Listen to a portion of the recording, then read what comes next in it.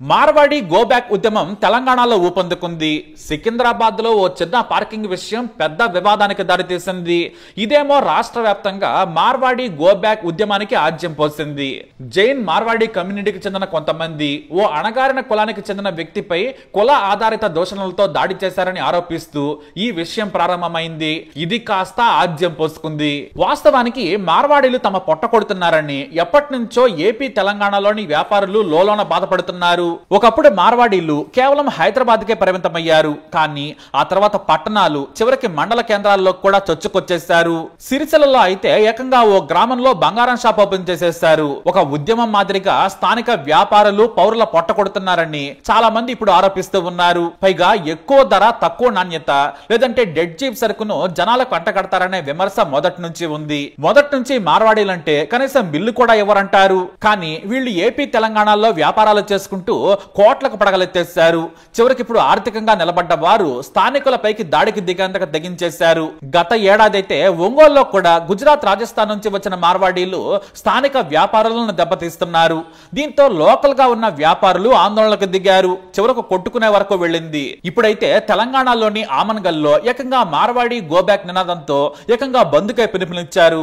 రాజస్థాన్ లో ఒకప్పుడు కరువు వచ్చినప్పుడు నిజాంల కాలంలో మార్వాడీలు హైదరాబాద్ కు వలస వచ్చారని అంటారు. ఇదే క్రమంలో 15 ఏళ్ల క్రితమే కొంతమంది రంగారెడ్డి జిల్లాలో పలు ప్రాంతాలకు వలస వచ్చేశారు. ఇందులో కొన్ని కుటుంబాలు ఆమన్గల్, కట్టాల్, కల్వకుర్తి తదితర చోట్ల వ్యాపారాలను నిర్వహిస్తున్నారు. ఒక్క ఆమన్గల్ పట్టణ కేంద్రంలోనే 15కు పైగా కుటుంబాలు వివిధ వ్యాపారాలను నిర్వహిస్తున్నాయి. మొదట్లో చిన్న కిరాణా, స్వీట్ షాపులతో ప్రారంభించి ప్రస్తుతం బంగారం, ఎలక్ట్రానిక్స్, నిర్మాణ రంగం, హోటళ్లు, చెప్పుల వ్యాపారం అలాగే ఇతర వ్యాపారాల్లో కూడా అభివృద్ధి సాధించారు. వీరి వ్యాపార విస్తరణతో తమ వ్యాపారం తగ్గిపోయిందని స్థానిక వ్యాపారులు చెబుతున్నారు. ఇక ఈ మార్వాడీలు కూడా తమ సామాజిక వర్గానికి చెందిన వారికి మాత్రమే ఉపాధి కల్పిస్తూ ఉండడంతో స్థానికులకు కూడా ఉపాధి అవకాశాలు తగ్గిపోయాయి.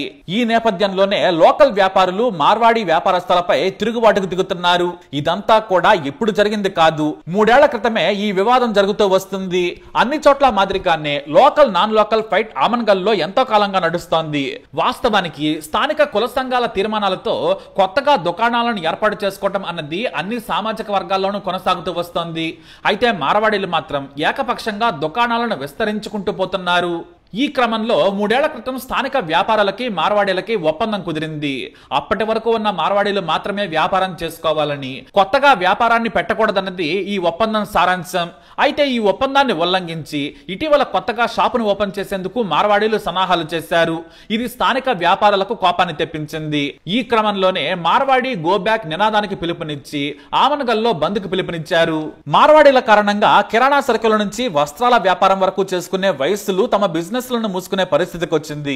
మొదటి నుంచి వ్యాపారాల్లో ఉన్న వారిపై ఇతర రాష్ట్రాల నుంచి వచ్చి మూకుమ్మడిగా దాడి చేస్తున్నారు. పైగా మన భాష కూడా సరిగా రాకుండానే తప్పుడు అనైతిక పద్ధతుల్లో వ్యాపారం చేస్తూ మారుమూల ప్రాంతాలకు కూడా వచ్చి చేరారు మార్వాడీలు. ఇప్పుడు ఏకంగా మోండా మార్కెట్ లో ఓ దళిత యువకుడిపై దారుణంగా బూతులు తిట్టారు. నీచమైన కులంవాడ అంటూ దాడి చేశారు మార్వాడీలు. కారు రోడ్డు మీద ఎందుకు అడ్డం పెట్టారు, కాస్త దారివ్వచ్చు కదా అంటే అతనిపై దాడికి దిగిపోయారు. బతకడానికి వచ్చినప్పుడు బ్రతకొచ్చు, కానీ ఇక్కడ ప్రజలపైనే దాడికి దిగకూడదు. దీంతో ఇప్పుడు రాష్ట్ర వ్యాప్తంగా మార్వాడి గో బ్యాక్ ఉద్యమం మొదలైంది. హైదరాబాద్ లో ప్రతి చోట వాళ్ళదే వ్యాపారం, హోల్సేల్ నుంచి రిటైల్ వరకు కూడా. అబిడ్స్, కోటింగ్, సికింద్రాబాద్, మోండా మార్కెట్, నాగోల్ సహా నలువైపులా అన్ని వ్యాపారాలు చేస్తున్నారు. బంగారం, స్వీట్స్, పూజ సామాను, ఎలక్ట్రానిక్స్, కిరాణా, బంగారం, టైల్స్, మార్బుల్స్, మొబైల్ షాపులు, చివరికి బార్బర్ పనికి కూడా వచ్చేస్తున్నారు. పైగా ఇప్పుడు సోషల్ మీడియాలో ఒక మహిళ, కొంతమంది మార్వాడీలు కలిసి తెలంగాణ ప్రజల మీద బూతులు మాట్లాడుతున్నారు. తెలంగాణ వారికి పని చేత కాదు, తాగి పడుకుంటారు అనే విమర్శలు కూడా చేస్తున్నారు. ఇక్కడున్న వారికి పని చేయడం చేతకాక మార్వాడీలను విమర్శిస్తున్నారు అని చెప్పుకుంటున్నారు. ఓ సీట్ లో ఫ్యాన్ కింద ఒళ్ళు కదలకుండా కూర్చొని దోచుకునే పని చేసేది మార్వాడీలు. అలాంటిది తెలంగాణ ప్రజల మీద బ్రతుకుతూ వారి ముష్టి మీద బంగళాలు, కార్లు కొనుక్కునే వీళ్లు తెలంగాణ ప్రజలను విమర్శించేంత స్థాయికి దిగజారా అని ఇప్పుడు పెద్ద ఉద్యమమే చేస్తున్నారు తెలంగాణ వాళ్ళు. కేవలం ఇక్కడ దళిత, బీసీ బిడ్డల మీదకు దాడికి దిగడంతో ఈ గో బ్యాక్ నినాదం పుట్టుకొచ్చింది. కానీ దీనికి 3 ఏళ్ల క్రితమే ఆజ్యం పోసింది ఆమన్గల్ వివాదం. అయితే ఇక్కడ మరో విషయం కూడా ఉంది. మన వాళ్ళు ఏదైనా వ్యాపారం చేస్తే స్థానికులకు ఉద్యోగాలు ఇస్తారు, కానీ వీళ్ళు పని వాళ్ళను కూడా తమ వారినే పెట్టుకుంటారు. ఎందుకంటే వీరి విషయాలన్నీ బయట బయటకు తెలియకూడదని, అనైతిక వ్యాపారం బయటకు తెలియకుండా ఉండేందుకు తమ వాళ్లనే రాజస్థాన్, గుజరాత్ నుంచి తెచ్చుకుంటారు. కరెక్టే, కానీ ఇది భారతదేశం. ఎవరైనా ఎక్కడైనా వ్యాపారం చేసుకోవచ్చు అనేది నిజమే. కానీ ఒకరో 10 మందో కాదు, 100 మంది కూడా రావచ్చు. కానీ ఇలా బ్రిటిష్ వాళ్ళు భారత్ మీద దాడి చేసినట్లు ప్రతి మూలకు వచ్చి వ్యాపారాలు మొదలు పెట్టేశారు. ఎందుకంటే ఆంధ్ర, తెలంగాణ వాళ్ళు చాలా ఫ్రెండ్లీగా ఉంటారు. అదే కర్ణాటక, తమిళనాడుకి వెళితే వారి భాష మాట్లాడకపోతే తంతారు. కానీ మనం అందరినీ అక్కున చేర్చుకుంటాం. ఇదే తప్పైందేమో. ఇక బెంగళూరులో వేరే వ్యక్తి ఇలా ప్రవర్తిస్తే తన్ని తరిమేస్తారు. కానీ మన తెలుగు వారి మంచితనాన్ని తప్పుగా అర్థం చేసుకొని దాడికి దిగటం చాలా దారుణం. పైగా ఒకరు శ్యామ్ అనే యువకుడికి ఫోన్ చేసి ధమ్కి ఇచ్చేంత రేంజ్ కి దిగిపోయారు. వ్యాపారాలు చేసుకునే వారిని ఎన్నాళ్ళు వదిలేశారు. కానీ వారి ఆగడాలు ఇప్పుడు పెరిగిపోతున్నాయి. మరీ ముఖ్యంగా ఇప్పుడు మతం రంగు పులుముతున్నారు. బండి సంజయ్ వారికి మద్దతుగా మాట్లాడుతూ మార్వాడి గోబ్యాక్ అనే వారిని విమర్శిస్తున్నారు. దానికి మతం రంగు పులిమేరాయన. ఇలా గుజరాత్లు ఈ సంపద దోచుకొని రాలే, అధికారం కోసం వీళ్ళు వస్తలేరు. మాకు అధికారం కావాలని వాళ్ళు అంటలేరు. ఇవాళ మాకు ఈ తెలంగాణ సంపదను దోచుకోవడం కోసం వస్తలేరు. వాళ్ళు ఇవాళ వాళ్ళు వ్యాపారాలు చేసుకుంటున్నారు. ఇలా మార్వాడీలు ఎవరు కురవుతుంది దెబ్బతిస్తలేరు. మార్వాడీలు ఎవరిని దోచుకుంటున్నారు, వాళ్ళు దాచుకుంటలేరు. మరి ఇదే బండి సంజయ్ కరీంనగర్ లో వైశ్యుల ఓట్లు, ఇతర వ్యాపారాలు చేసే బీసీ దళిత బిడ్డల ఓట్లను ఆయన అడగకూడదు. ఇది మతం కాదు, కులం అంతకంటే కాదు.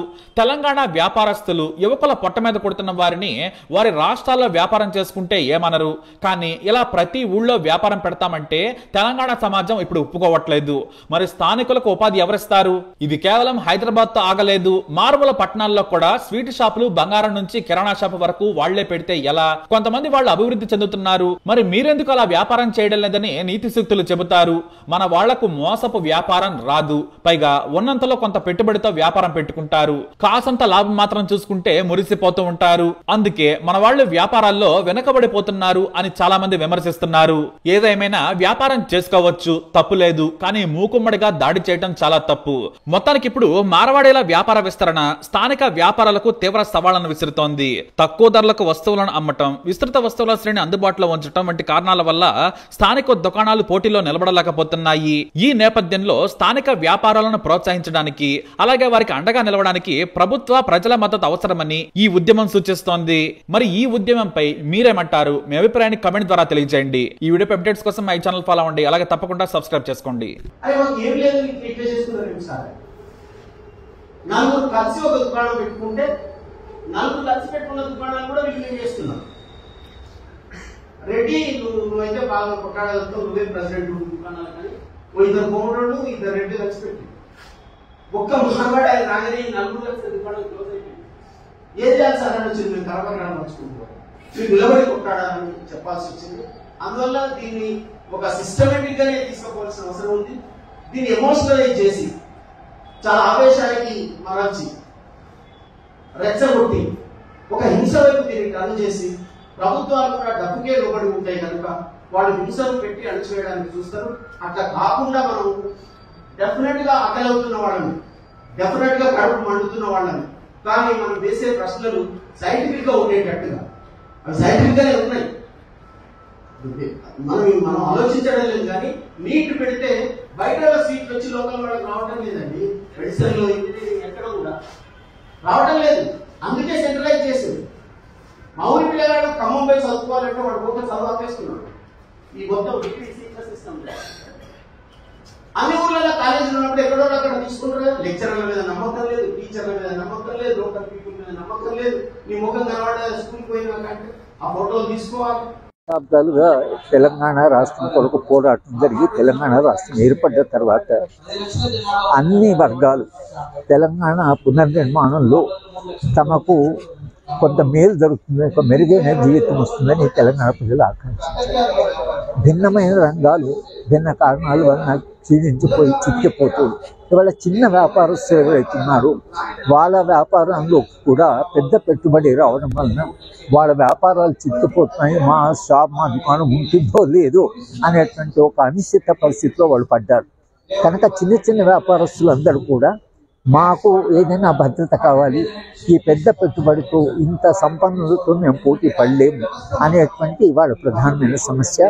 కనుక చిన్న వ్యాపారం తెలంగాణ రాష్ట్రం వెనుకబడి ఉందని మనం పోరాటం చేస్తాం. వెనుకబడిందంటే ఏంటి? తెలంగాణ ప్రజలు భిన్న రంగాల్లో వెనుకబడి ఉన్నారని అర్థం. వాళ్ళందరినీ పునర్నిర్మాణంలో భాగంగా వాళ్ళకు మనం రక్షణ కల్పించవచ్చు, మెరుగైన జీవితాన్ని కల్పించవచ్చు. అది కల్పించకపోవడం వలన ఇవాళ ఈ చిన్న వ్యాపారస్తులు, చేనేత రంగం వాళ్ళు, భిన్న కులాల వాళ్ళు, భిన్న వృత్తుల వాళ్ళు పోరాటాలు చేస్తున్నారు. ఈ చిన్న వ్యాపారస్తులు ఇవాళ మొదటిసారిగా తమకు భద్రత లేదు, తమ వ్యాపారం నిలుస్తుందో లేదో అనేటువంటి ఒక ఆందోళన ఇవాళ తెలంగాణలో వచ్చింది. దీనికి ప్రభుత్వము కనీసము 5 లక్షల జనాభా ఉండే పట్టణాల దాకా ఈ బయట వాళ్ళు వచ్చి వ్యాపారం పెట్టకుండా ఇక లోకల్ వ్యాపారస్తులు ఎవరు ఉన్నారో వాళ్ళని కాపాడాల్సిన బాధ్యత ప్రభుత్వం. అంటే ఇదేమవుతుందంటే ఒక వ్యాపారస్తుడు వ్యాపారంలో చాలా అర్థం ఉన్న వ్యాపారస్తుడికి, చిన్న వ్యాపారం పెట్టుకొని చేస్తున్న వ్యాపారస్తుడికి మధ్యన ఒక పోటీ.